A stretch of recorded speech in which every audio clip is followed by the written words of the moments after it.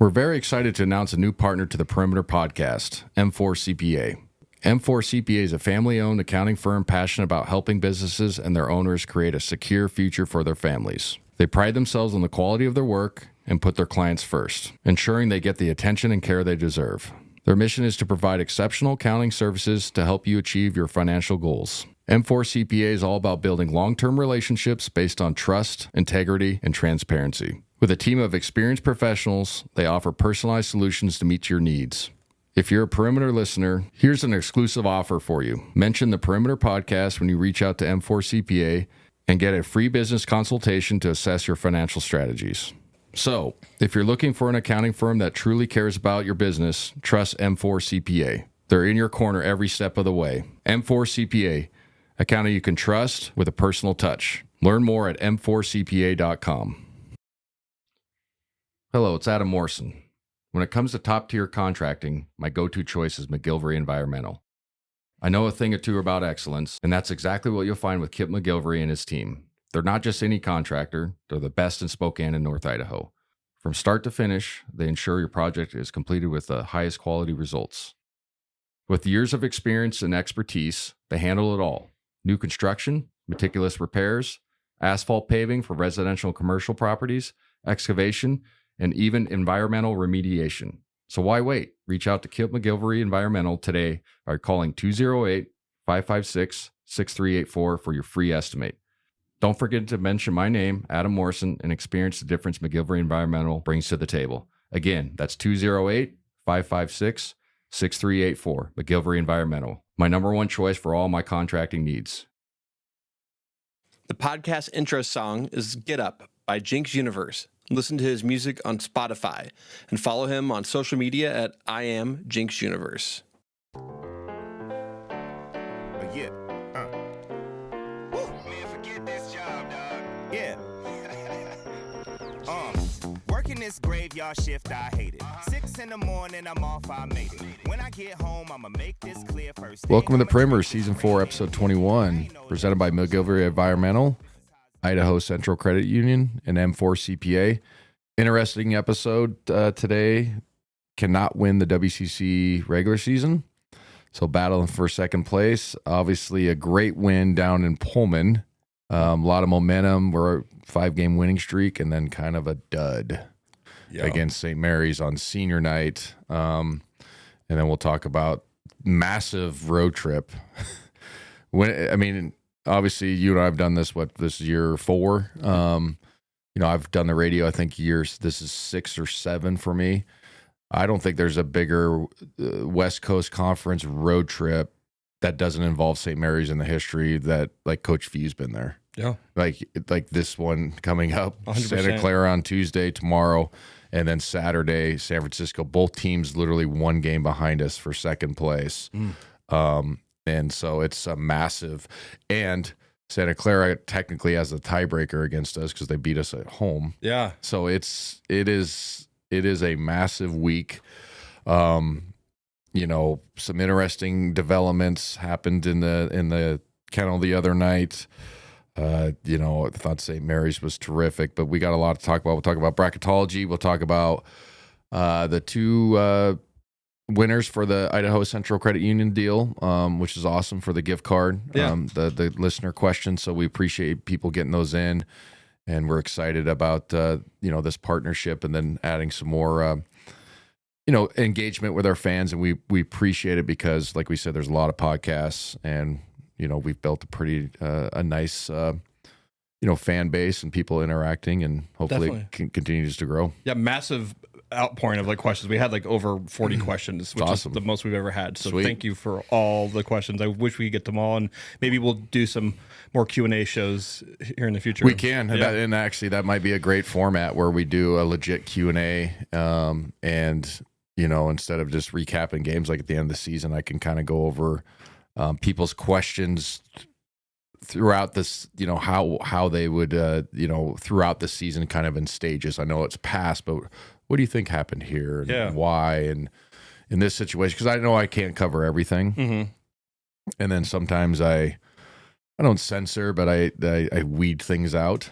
right? Yeah. I mean, just naturally. But then once time has passed, then I can rethink about it and like, that's fine to say or something like that. So, let's start with the game in Pullman. A lot of buzz.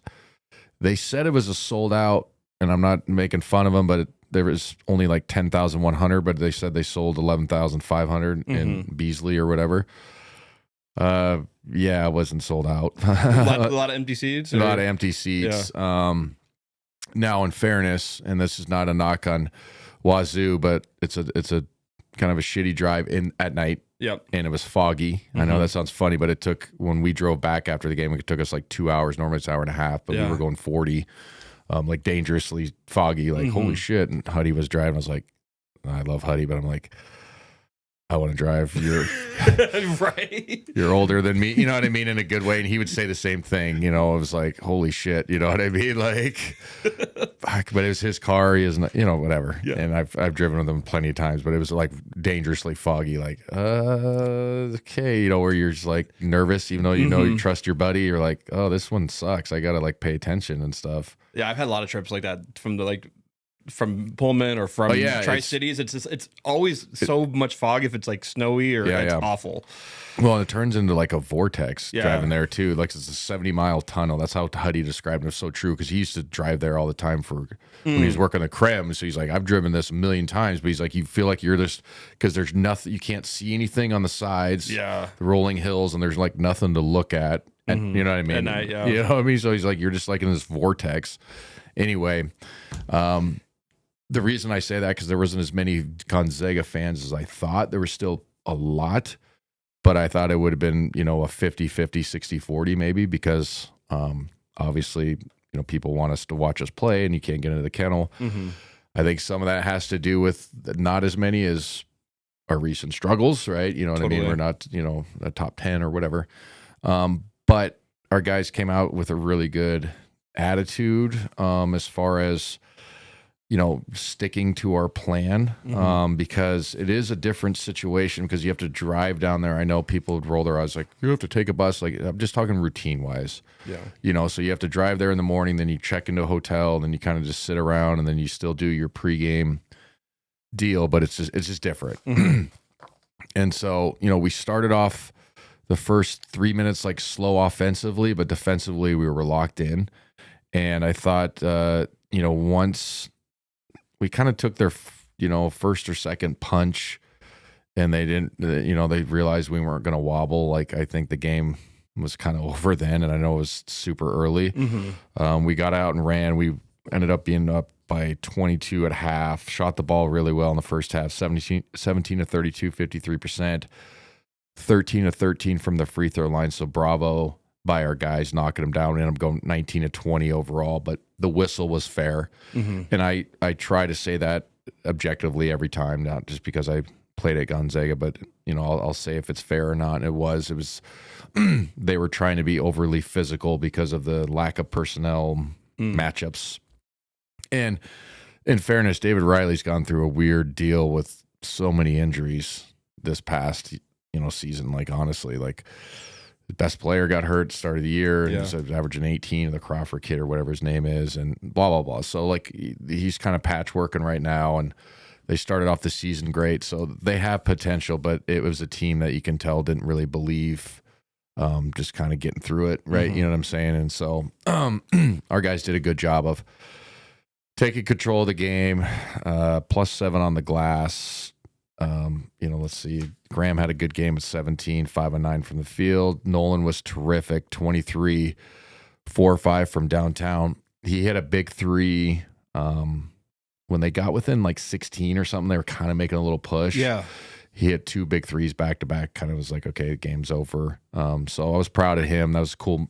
Cool for a senior and play a rival and blah, blah, blah, and have a good game on the road. And Ajayi was terrific, 12 points, 5 rebounds. And Braden was good, 11 points, only 11 minutes, 5 of 7 from the field. So overall, I was excited. We got to give Dusty Stromer was good, 2 for 3 from downtown, 7 points. But it was nice to see because I think Huddy mentioned the stat, and I'm pretty sure I'm right, but he made 1 3 in the last 5 games before that. I didn't. Yeah. Yeah, So he's been quiet. just to see him knock a couple down was a good sign, and he was snapping them off and things like that. Even the one he missed was in and out. So overall was a great performance. It was a perfect segue going into the St. Mary's game. Like I said, Washington State was struggling, but they're roster wise they kind of match up a little bit with us. And then the first game they were better. All those things. And it's also nice to kind of remind people, and this is not going to be forever. There's peaks and valleys, but like we play better basketball than you guys. Yeah. Just reminder, you guys are good we like your football team, and you can like our basketball team. Right. I mean, we'll cheer for you guys when you're 9-3, 10-2, and those good years in football, and you throw it 70 times. I love it. It's awesome. Mike Leach, rest in peace. Like all that stuff. Yeah. But we're better at basketball. We're always going to be better at basketball. It's okay. You can cheer for us too. That type of deal. So, good win. And so coming in the St. Mary's, I was like, oh, okay, we're feeling good. We won 5 in a row, and yeah, just, and had two. I mean, had like 3 really good wins in a row. I feel like exactly like playing good wins. Playing what good I'm saying? wins, Yeah, no, exactly. Like you're not always playing the gauntlet, and you play who's in front of you, but like playing good, playing solid. Moving the basketball, and shots are going in, and 21-7, 12-3, and going into that St. Mary's. So I thought, okay, here's our, this is our game plan against St. Mary's. We had a chance to win. The Perimeter will be right back after a word from our sponsor.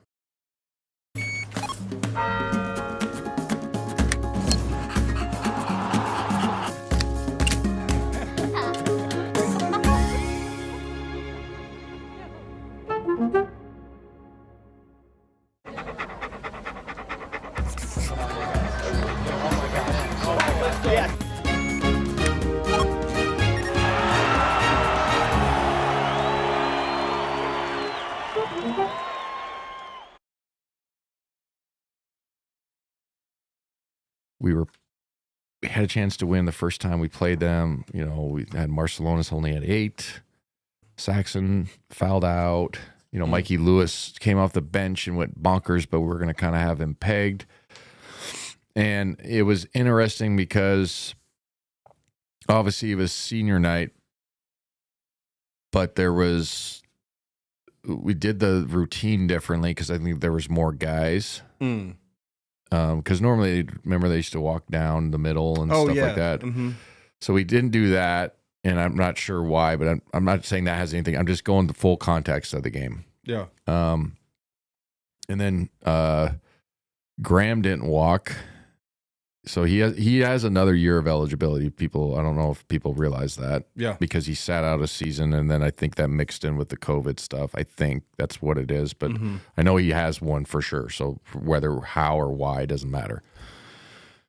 Michael Ajayi technically has another one too. People don't realize with the JUCO new JUCO rule that passed real quick. There was a junior college rule that passed the NCAA, which I think is great.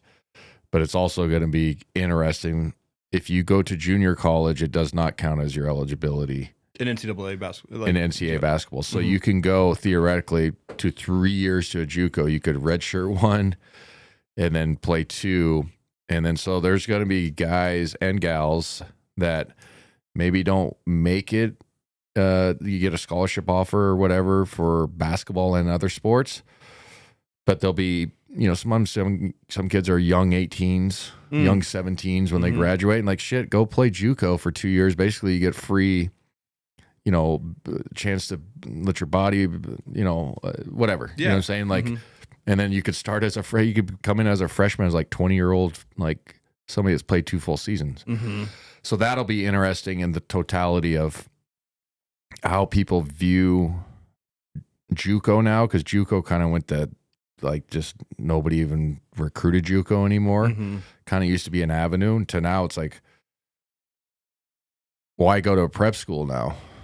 Like, yeah, I mean, I get it, the facility, whatever, all that stuff. Some of the prep schools are unbelievable, but also it's like, just go to a good JUCO and play there for 2 years. Definitely. So anyway, that's why Mike has another year. And then Joe Few is a redshirt junior, but he's a senior academically, so he wanted to walk, which is totally fine. So we had a ton of guys. So like the senior thing was quick because normally they'd bring him down. And so that was interesting. And then we went with a normal starting senior guy. So it was Ben. Who else was it? Nemhard, yep. Joe. Who else? Nolan. And then Was it Ajayi? Yes, Ajayi. Yeah. There you go. So obviously a little bit shorter with no center, with no Graham. And then, obviously Braden doesn't, whatever. And so the first junction of the game, they go right at Ben Gregg with Mitchell Saxon. And Ben has been terrific his entire career, but he's not a center. Yeah. You know what I mean? So like defensively, he's given up 3 inches and he's probably given up 20, 25, 30 pounds. And so Mitchell Saxon scored a couple easy ones right away. Not easy ones, but like with resistance, but just like, jump hook right down the middle. Yeah. You don't have any, the size. So I thought that was brilliant by St. Mary's to kind of exploit that. And then they had a couple where they caught and ripped against Joe Few, and there was late help, and they laid it up. So they got up 9-0, and Coach Few had to take a quick timeout. And so it reminded me of the UConn game where it was just like, how do I say this the right way? I'm trying to be diplomatic and try to be nice, but like there was no zap to our energy at the start. No, there wasn't. You're right. Yeah. And like, I get it. Senior night, I think, is a special thing. I maybe it's been watered down. But I'm kind of used to being like senior night, like you're kind of going crazy and stuff like that. And our student section was going bonkers before the game. Reason why I'm bringing this up is it took all the energy right out of the building. It did, yeah. Right away. And so like there was obviously our home court advantage is great, but like when we're constantly trying to dig back in the hole, like people, it gets subdued. And so that was a huge factor in the start. And then the crowd was waiting to explode, but it's like, shit, and then people are going to be like, well, starting 9-0, like defensively, like, fuck, we were 0 for 4 too. You get a score in the other end. So if you go 9, it's 9-4, and then he takes out the 2, then it's not that big of a deal. So, and for me personally, when I was watching it, I was like, we started 0 for fucking 4. Like, score the basketball, and then it's not that big of a deal. Correct. Yeah. You know what I'm saying? So like, I get it, but also like, I think our just intensity was not needed in general. Yeah. And that doesn't mean they don't care and they don't recognize it, but it's like, come on, guys, game started. It's like the UConn game. Remind me of the UConn game. It's like the game fucking started, and then you look up and it's 13-2 against UConn, and then remember we lost by 5 or whatever. And it's like, the rest of the fucking game we outscored them and outplayed them, but and I know it's a game of runs, so that part to me was a little bit disappointing. Just our defensive acumen early. They shot 17 of 33, 52%, and then 4 for 9 from 3 in the first half. We did a pretty good job in totality on Marcelonis. He only had 5. He was 2 for 5. He had a late 3 in the first, kind of on a scramble play. Mitchell Saxon was good. 11 points, 5 of 7 from the field. Morauskas, the Lithuanian kid, had an okay first half, 6 points, and then Luke Barry, kind of the walk on their averages like 9.5, but their role player had a terrific first half, had 7 points, 3 of 5, and then Mike Lewis, the kid, I'll talk about him later, was 2 for 3 from 3, 6 points. So defensively, we weren't awful besides that start. We started to figure it out, get back into the game, but we kept making runs. And to credit St. Mary's, they've done it twice to us. Every time looks like we get a momentum type of situation, they make like a 3 or they get an extra rebound or they win the 50-50 ball. And they did that pretty much in the first half. I mean, Nemhard was okay at 7, 4 assists, wasn't bad in the first half. Nolan Hickman had 7, 1 for 4 from 3. Graham came off the bench. It was 2 for 4 at 4. Braden Huff 2 for 4 for 4. Caleb Battle 2 for 4 for 4. And so when we went 14 to 32, 44%, not great, not terrible. 2 for 9 from 3, not great. Yeah. But here's the number that, and I said it if you listen to our broadcast, I know I'm always trying to pump ours a little bit, but you know, pregame and postgame, it's good if you enjoy this show. Like, yeah, I know you listen to it. And it's like, it's not just because, but it's like, oh, you can hear what's going to happen, you know, or I explain like what the strategy is because I go to the scouts and I know these teams, so you can listen. So 590 KQNT on iHeartRadio, but if you're not local, right, but you can find that on the channel and you can listen to our deal is rebounding. And I said it was I do keys of the game. The third key of the game is usually the most important. And I said, the glass has got to be won tonight. We can't get pushed into the standard. We can't get our asses kicked on the glass. And we were -7 on the glass in the first half. And it was just like, fuck. And they do to be fair, they're really good at some of the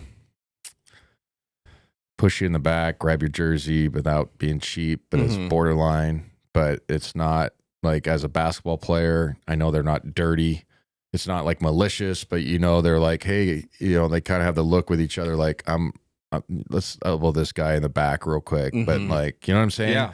And so I always respect them because I don't feel like it is dirty. And we've played some dirty teams in the past, and I've mentioned those programs in past seasons who I think, like in the WCC, that's dirty. They're not one of them, but they play close to that edge, like the old Utah Jazz teams. Terrific, but like Jeff Hornacek was holding guys. John was every you know, John Stockton, you said the most dirtiest screens. He was just because he knew he was 6'1" and he was setting a screen on a 7'2" guy. Like he had to, right? Exactly. So it's kind of like that. And so, you know, disappointed in the first half, but not out of the game, down by 10, 41 to 31. But also was just disappointed in the start, and that was just the energy level just wasn't there at the first media segment, and that's what the frustrating part is. You know, they come down and go 4 for 4, I believe, and we go down 0 for 4. I was like, fuck, man, like it's so hard, especially against a team like St. Mary's, and I've talked about this. You only get about 60 to 65 possessions a game with them total.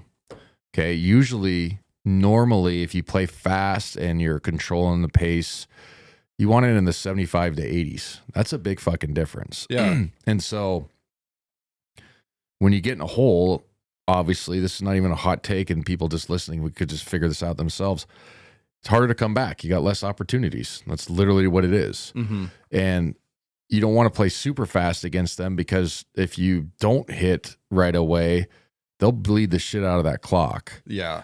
Right. And make you work and make you work. And then they're so good at rebounding. And I think Mitchell Saxon is the #1 offensive rebounder in the country, like in the country, not just the WCC, like top 5, but at one point he's #1. Every time they miss a shot and they get an offensive rebound, not even just a score, then they throw it back out and they got another 20. That means your guard has to come off 7 more fucking ball screens against Marcellonis and get clipped, and then you got to be perfect. You know what I'm saying? Yeah. So like, it's just sometimes so deflating, and that's a credit to them. But that was the thing I said on the broadcast, like, we can't get our ass kicked on the glass.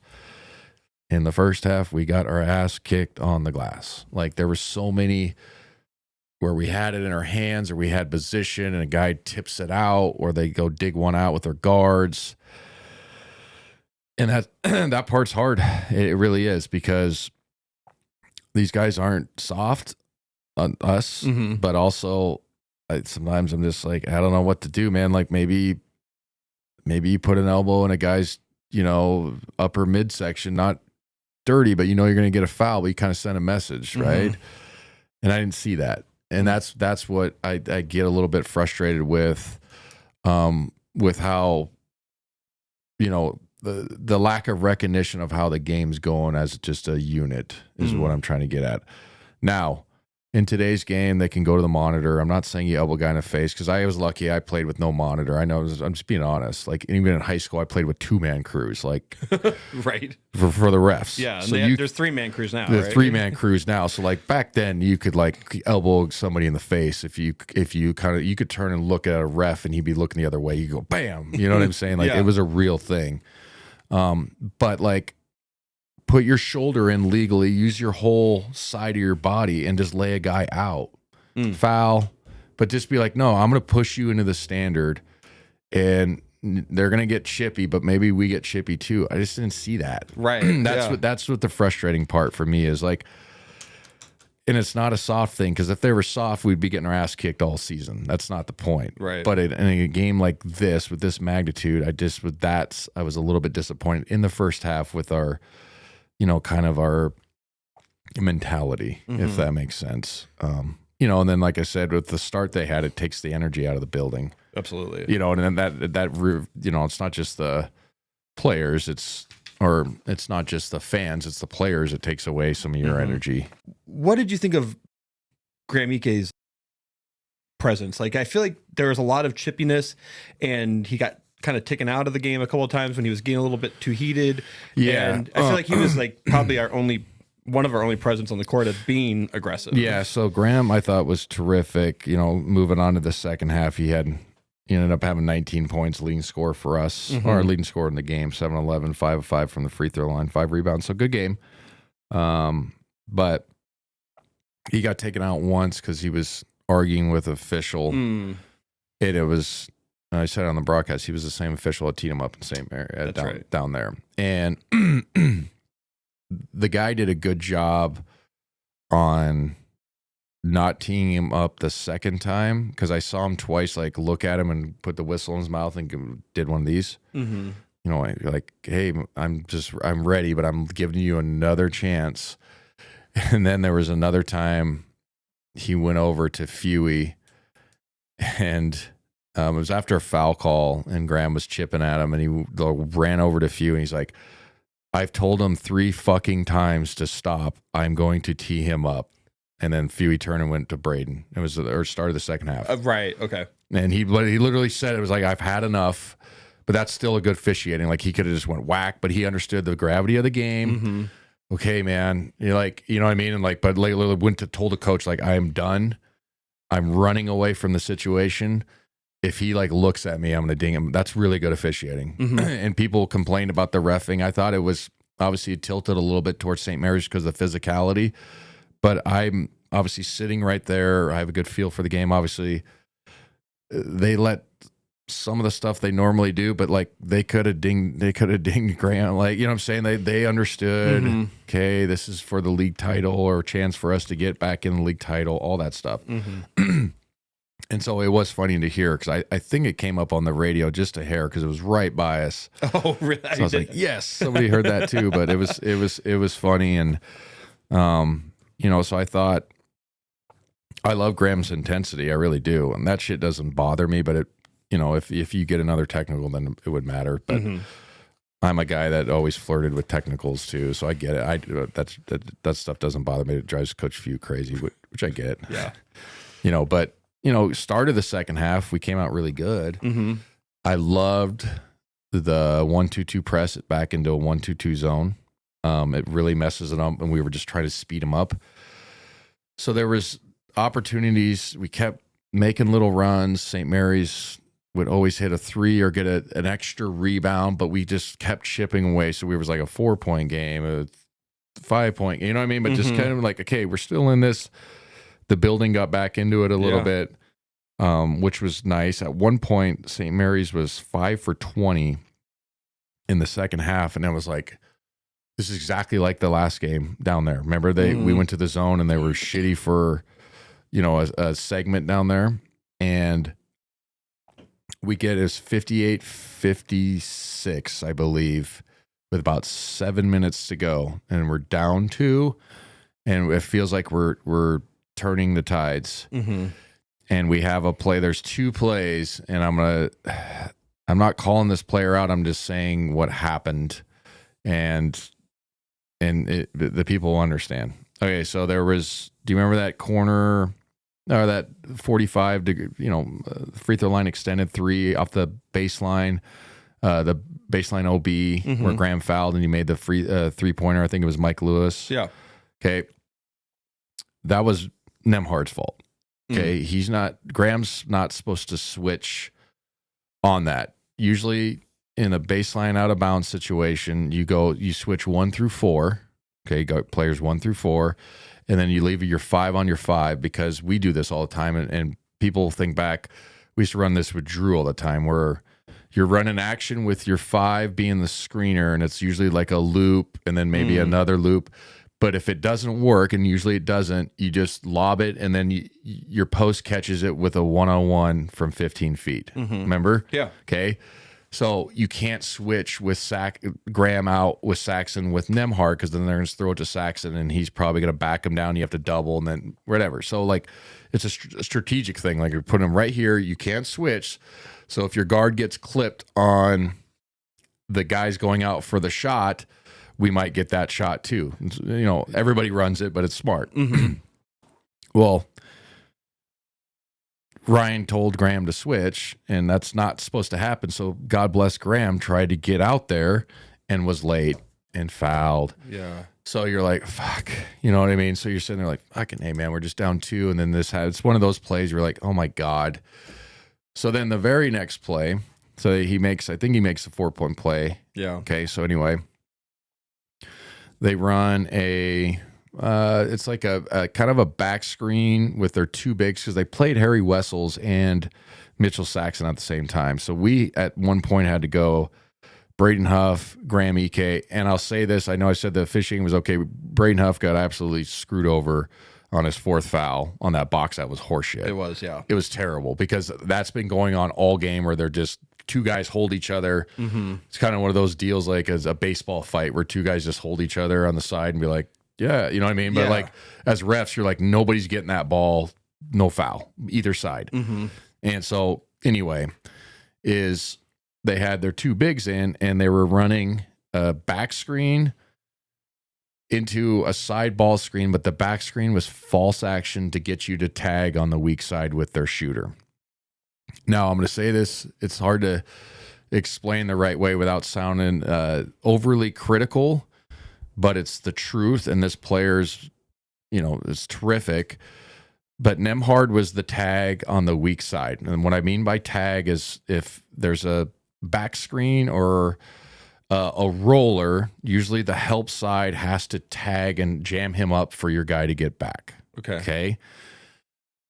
They ran like a weird back screen. It was either for Wessels or Barrett, but anyway, they're not throwing that ever in a million years. That's a false action to get you to tag. Throw it to Harry Wessels, who's been great in the 2 games against us. I got to give him credit. But Marcelonis is not throwing that fucking ball to him. He's waiting for that or the side ball screen or for you to tag to skip it to the shooter. We tagged. He skipped it right to Mikey Lewis, who had 4 threes at the time. Do you remember it? Yeah. And then Nemhard was late. Whack. 7 points in 30 seconds. Up 9. Air completely taken out of the building. Run over. Basically game over. Those 2 plays right there really affected, obviously, our chances to come back. Yeah. And credit to them. Those are 2 big-time plays. But my point is, and Nemhard is terrific, and he's going to break he's broken the single season record. He's probably going to get to 300 assists, which is insane. He should be top 5, Koozie Award, all that stuff. I really mean it. He's got to know that you don't over tag in that spot. And I know the rules say I have to be there. You have to know who you're guarding and the personnel that is on the floor. Right. It's things like that. Right. Yeah. And so, like, I know you mentioned it. I think one of the listener questions, but I'll get into it a little bit, is why aren't we in close games, situation like that? Like, can't we win a close game? That's it. It's one of the reasons. One of the reasons. It's not just that. It's not just him, because he's been terrific, but you can't overtag on that. And then on their baseline out of bounds, we can't switch. And that's just not him. Everybody's had mistakes, but that's just the context of this St. Mary's game. Right. And so that part was frustrating to me because he's such a terrific player. And, it's just like anything that can go bad did go bad. Yeah. And then we compound it with not bonehead mistakes, but just minor, oh my God, just overcorrected just a little bit. Yeah. And then it caused you to swivel and you lose the race. Yeah. You know what I'm saying? Like Mikey Lewis, the shots that he had, most of them, he seemed wide open. Like, I know. was it just bad, like this defensive assignments? Like, I think I gotta be honest, like our scouts and our schemes are usually spot on. Mm-hmm. And I'm not bullshitting and just saying that because I know all those guys. Like I've been around hoops. I've seen professional scouts. I've seen college scouts, everything in between. They give you the plan. 90% of the time, 95% of the time, they're right. There's times in games where coaches are like, "Oops, we shouldn't have done that plan," and they'll fly, make a change on the fly. Mm-hmm. But you got to know that Mikey Lewis, who was absolutely terrific, he had 18, he had 16 down there against us, but he was way more efficient. 5 for 7 from 3. Yeah. Okay. He's just there to space the floor and catch and shoot. Mm-hmm. If he catches and he drives by me and lays it up, we'll all stand up on the other bench and clap for him. Yeah. Because he's probably not going to do it. Mm-hmm. It's not a knock on him. He's there to space the floor. Yeah. So my point is, just in totality, you have to be able to make that decision late in a game. And I know it's like, some asshole listening to this, like, the games are not decided by one play. It's this every play. It's like, well, at the context of the game at that point, it mattered because they just hit a 3 and then they hit another. And like I said, that's a 7-0 run in 30 seconds, which St. Mary's never does. Down 9, timeout. Like 3 minutes left. It was like, it was like that time where you're like, man, 9 points seems like a lot to get back. 100%. Yeah, at this point. And it was just like deflating. Yeah. And so, it was frustrating from that aspect. Overall, Nemhard had a good game. He had 11 points, 8 assists. So he didn't play shitty. Nolan was solid, had 14. And then Graham, like I mentioned earlier, had 19. Braden got a bad whistle. He only had 7. Caleb Battle was okay at 8, 4 for 7. But here's the stat, minus 12 on the glass. Yeah. I mean, just think back, and the people listening, just think back how many, we got late shot clock with them. Good D. They throw up a prayer, and then one of their guys has our guy thrown underneath the standard, rebound, throw back out. 20 more seconds. Here you go. You got to play defense again. Yeah. That's what it does. Mm-hmm. And it's not just, and then sometimes kick out 3, all those things. So what's crazy about the 2 losses against them, Barcelona's 9 points. First game, 8. Probably going to be the league MVP again because usually they give it to the guy on the best team. Mm-hmm. His numbers are similar to last year. Yeah. Probably 2-time MVP of the league. We held him to under 10 twice. Okay, so we did a good job on him. Luke Barrett is averaging 9.5. You could tell squeezed everything out of him. A walk-on kid. Mm-hmm. This is not a knock. I've played with guys like this. I was kind of like a guy like that, kind of had to squeeze everything out. He gets 14 on us with 8 rebounds, 4 offensive. Just killed us. Yeah. I mean, he had that play where he dove and called timeout. That was a terrific hustle play, right? How many times did he shove whomever was guarding him just underneath the fucking standard? Nope, sorry. Tip out. You know what I mean? Like, it's just crazy. But it's like they've had guys like that have big-time minutes and big-time games against us. And so, we ended up losing. What was the score? Lost by 7. So better second half. But that little sequence really killed us. I mean, it was just like the last game we played them. We have them pegged 5 for 20 at one point, and then they go 10 for 27, but they have that little flurry where they played shitty in the second half, and we just couldn't get it done. It's frustrating. 4 for 14 for us. From 3, we shoot 48%. It's not terrible. We get 9 made free throws. They get 12, so only +3 in their advantage on that. But just 3-point shooting was not good. We went 3 for 17 the first time we played them. Yeah. So what is that? 7 for 21 or 31? 31. That's part of the issue against them. If we could make threes, and I firmly believe we have a chance to play them again in the West Coast Conference Championship. If we make threes, it takes them completely out of their gap defense, pack line, all that grabbing and holding and shit. Mm-hmm. So yeah, frustrating. I was frustrated after that game. I was. I mean, legitimately, like, and I'll just be honest with people, like, we'll have some poor performances or sometimes we'll lose. Like, I'll be mad for like 20 minutes and don't really give a shit. Not in a bad way, but just like, it doesn't, like, we lost to UConn at New York City. Oh my God. And it's like, yeah, they're pretty good. Let's go have a beer. You know what I mean? But this one, I was like, the hell are we doing?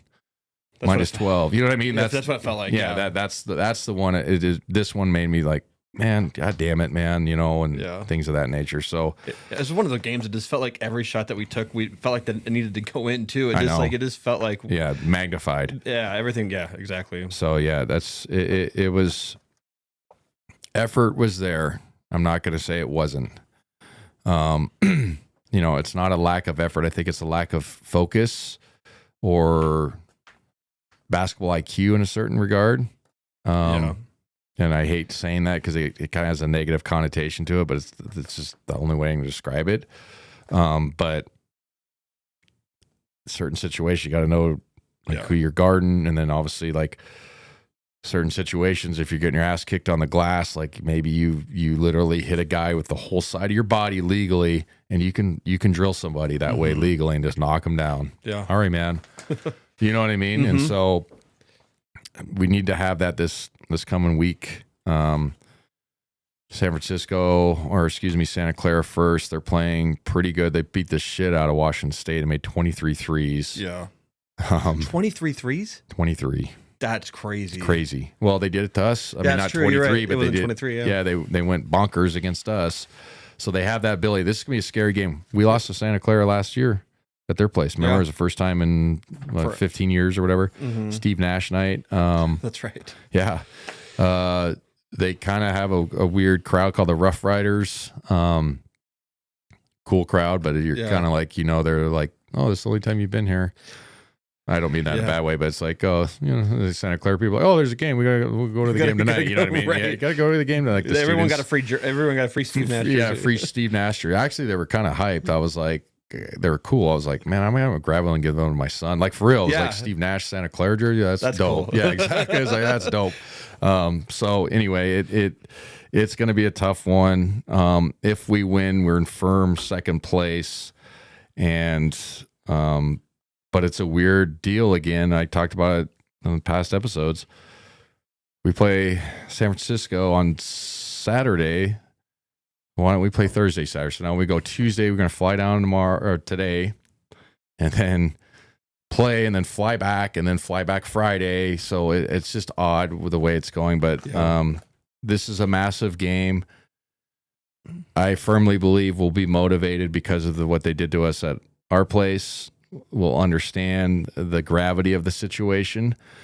And our guys just have to go get it. I know that's like not great an analysis or deep, but fuck, man, you got to go get it. Like it's just time to win. It's time to kind of firm up our chances at a NCAA bid. These are 2 quad 1 opportunities. What did we write down earlier? Hold on, let me look. They are Santa Clara's 55 in the net and USF is 62. So quad 1 wins if we win both of these games on the road. Right. So great tournament resume wins. So there's still a lot left to play for. And I know people hate hearing that because sometimes it does sound dumb. Like, okay, but it's like, no, these can be 2 tournament resume deals here. Absolutely, 100%. 100% that kind of go, yeah, we're in. So I hope we're ready to go. San Francisco, we're playing in the Chase Center. That's a money grab. I don't blame them. But in reality, we've had issues in their tiny little ass gym. That's an awesome gym. Yeah. But like, I'm glad we're playing in the Chase Centers. We beat the piss out of them last year in that gym, I think.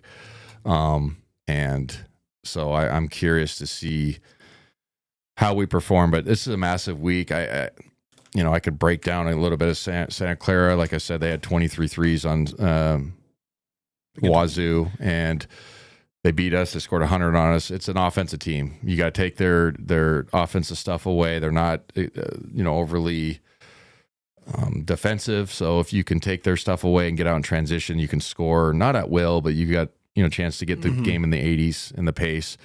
And San Francisco's similar. So they're two similar like teams. Analytic, offensive, shoot a shit ton of threes. You obviously got to get out and cover. And then, our personnel is better than theirs. But is it better by a mile? No, but it is. It is. So it's going to be this is a massive, like I said, start of the episode. This is a massive week, and hopefully our guys are ready to go. And I think we kind of covered everything that needed to be said without too many F-bombs and too many pointing the fingers. Bracketology, real quick. CBS has us as a 9. Versus New Mexico would play Auburn in Lexington. Yeah. I wouldn't mind that. Lexington's cool. Didn't change much from last week, and this was updated to today. ESPN has not updated yet. They still have us as a 8 seed. Same thing. Yeah. Hopefully we can get some of these quad ones and get off that 8-9 line. Yeah. The 8-9 line sucks. I don't care what anybody says. Obviously, we're good enough to play any number 1 seed talent-wise, but it's just in totality, you want either a 10 or a 7 and vice versa, like either side. Right. And that's just obvious. But at least they have us in for now because we are a tournament team. Our net's at 11. So when people are pissed, it's like, okay, our metrics are fine. They are. So sometimes I got to push back a little bit on people like, what the hell's going on? I'm like, well, our metrics are pretty good. We've had some bad luck, like honestly, we really have against some of these bigger games. They look at those two. I know it sounds funny, but there is actually a bad luck stat that like Ken Palm does, and so like it's a real thing, and so I think we still have opportunities to improve that hypothetical because it is hypothetical now, obviously, but at least we're in. Yeah, and so very much. Like I was gonna say, like when you look at other conferences, like teams that are have the same record as us that are lower in the net are at large bid still. Yes, and those are teams like Arkansas or West Virginia, and so we're in a similar situation, but we still have the opportunity to go win this tournament. Yes. So that's the ultimate goal, I would imagine. That obviously that's the ultimate goal, and it'd be sweet if we did, and we still have a lot to play for. And we're going to talk about after this week because we'll find out where we're playing. And again, that first round bye is such an important factor because that quarterfinal game might be against a Washington State, a San Francisco, or an Oregon State. I know Washington State and Oregon State have been kind of a letdown in theory, but they're still good and they're still Pac-12 bodies for the most part, right? And so those are scary games where they don't really have anything to lose. Yeah. And, they travel well too. It's Vegas, and they're bigger schools, bigger alumnus bases. So hopefully we get off of that deal. Let's talk about the ICCU Ask Adam thing. Yeah. So pick 2 questions here that one relating to current in season and one that's kind of just off topic, but related to basketball. The first one comes from Corey26 on Instagram. They asked, GU is 0-7 in close games per Bart Bovic. He's a Twitter guy who does a lot of stats. Why does this team struggle in key late games? Okay, so there's a couple things that I think that would be fair to point out, and then I think some of it is bad luck, and I know that sounds like a homer stance, but if you can think about certain situations. So early, we had the West Virginia game, we're up 5 with a minute to go, have some dumbass turnovers, weird situations. All right, we win that game, you know what I'm saying? So things like that. I think in the past, we've had a true alpha scorer. So, remember against, Memphis in the tournament, we just threw it to Drew every time in the second half. I think Graham and Ryan are those guys for us, but they're not as alpha as the other guys. I guess that's what I'm trying to say. Right, yeah. So I think sometimes late down the stretch, we're running our actions, but we don't have somebody that's kind of going to take the big shot. Doesn't mean they can't. And I'm not saying that. I just haven't seen it yet. So that's part of the issue with late game, because sometimes you got to have a guy that's like doesn't care if he misses it. I was that player. I missed a NCAA tournament game my sophomore year, right? I mean, you got to have the guts to do that. You know what I mean? Yes, so because 0 for 7 in close games is a weird stat, because usually it's the flip side for us. It really is. Yeah. I don't think it's scheme or anything down the stretch. I can't recall this season where we ran something. Okay, let's talk about the UConn game. Yeah. Okay. Remember I said the start. Remember I think we were down 3, and we ran our sideline play that's really good with Nemhard, and he gets the handoff, he turns corner wide open, he smokes a layup. Right. So it's not the plays that we're running. You know what I'm saying? It's just bad luck. Like Ryan's made that 99.9 out of 1,000, and that was the 1,000th, not 100th, that he just missed the layup. So did you see what I'm saying? Yeah. So I think part of it is, not a pure alpha guy. That's not a knock, but it's just somebody that's going to take it and be like, screw it, I'm taking this type of shot. And then honestly, some bad luck. Now, can it change? Yes. And when it does change, will it kind of lift off the weight off our shoulders? Yes. So hopefully, I mean, if we don't blow these 2 teams out, which I don't foresee that because of their big time games and they're good teams, we have the ability to blow them out. But hopefully we can get one of these close ones and we, knock them down and get across the finish line. Definitely. I'm going to ask a selfish question just because I looked at the stats about Santa Clara. They shot, how many threes did they have against us? 17 or 18 threes against us last time. Made. Yes. And then obviously they just made 23 against WSU. How do we stop that? Get your feet on the line, and Yeah. your coverages have to be good. Obviously, you can't really zone them, but you have to literally play out to 30 feet and just say, hey, might give up some 2s. And then on their pin action, their zoom actions, their DHOs and all that stuff. You have to be really communicative if you're switching. So that it's very important. And I know that's a basic thing. Oh, no shit, you got to talk on defense. Well, that's the actions are there to get you to get disorganized. So you have to talk, and you have to be concise in your contact switches. And are you switching 1 through 4? Or are you switching 1 through 5, right. Things like that. Or is there certain guys you topside on pin downs? You have to know all those things on the fly against a really good shooting team. And then you have to get back transitions too, because they have the ability and the right. And people don't understand, a lot of coaches don't let you shoot threes in transition. They'll let you shoot them, but if you miss, you'll get, you know what I mean? Right, Go ahead and shoot it. And then you're like, well, shit. Yeah. Herb Sindick lets them fly. Go ahead, man. And analytically, that's the best shot we're going to get. And sometimes that's right, but sometimes I'm like, in the context of the game too, that's where I get sideways with the analytics. I'm like, well, the context of the game matters. Right. You know what I'm saying? Or who's shooting it? Or, if it's one of your 4th best 3-point shooter and he's shooting 38% on the year, but he's only shot 2 a game, and then it's the biggest shot of the night, and it's a big game. Do you really want him shooting it? Right. Well, and clearly he's a good shooter. You know what I'm saying? Sometimes it's no, man, that's not the right shot. Anyway, so second question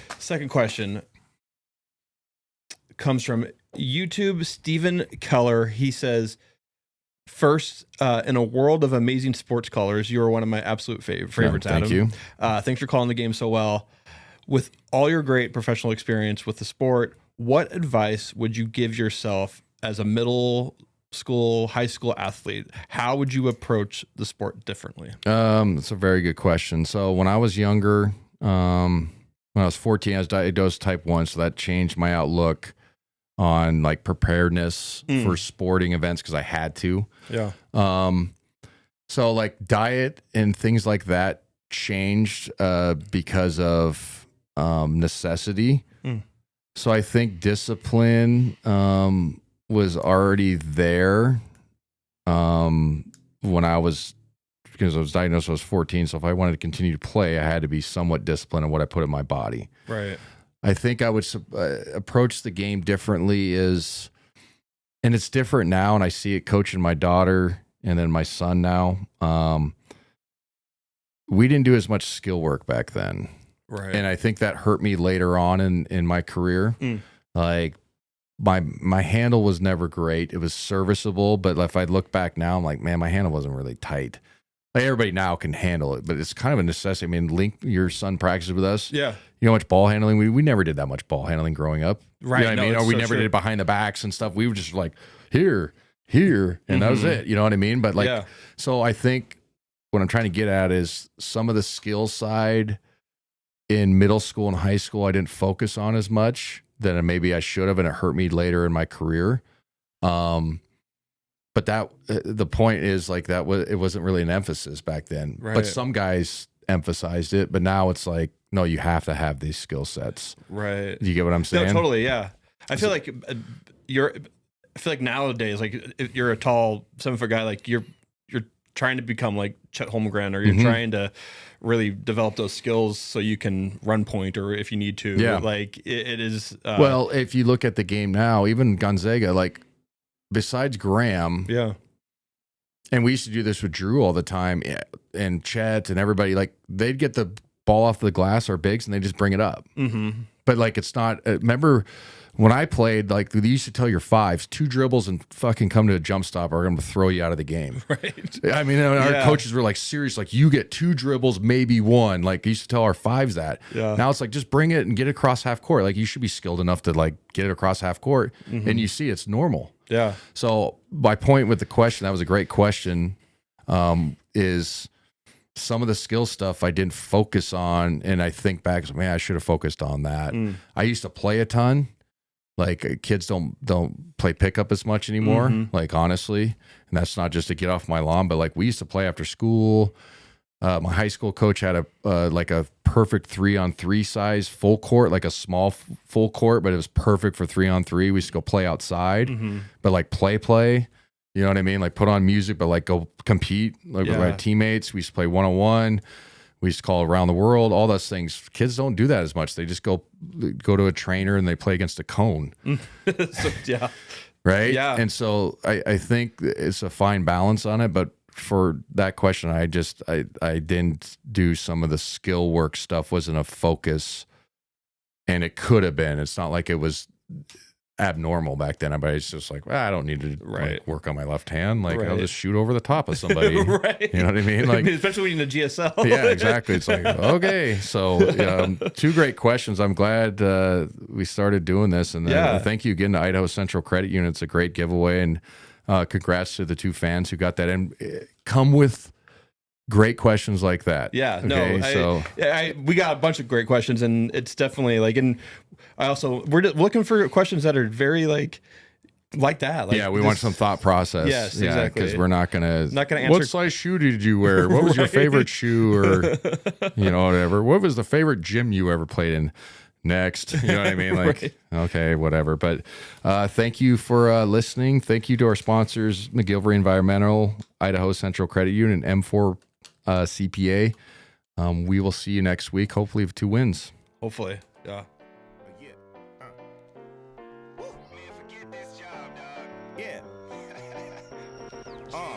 Working this graveyard shift, I hate it. 6 in the morning, I'm off, I made it. When I get home, I'ma make this clear. First thing I'ma drink is a Rainier beer. I ain't no lush, shut up, hush. This is how I zone out. I'ma take this check, put it on me. I'm a much better boss than an employee. Just cause you got time, don't waste time. It's about time, feel the sunshine. You got time, but don't waste time. It's go time.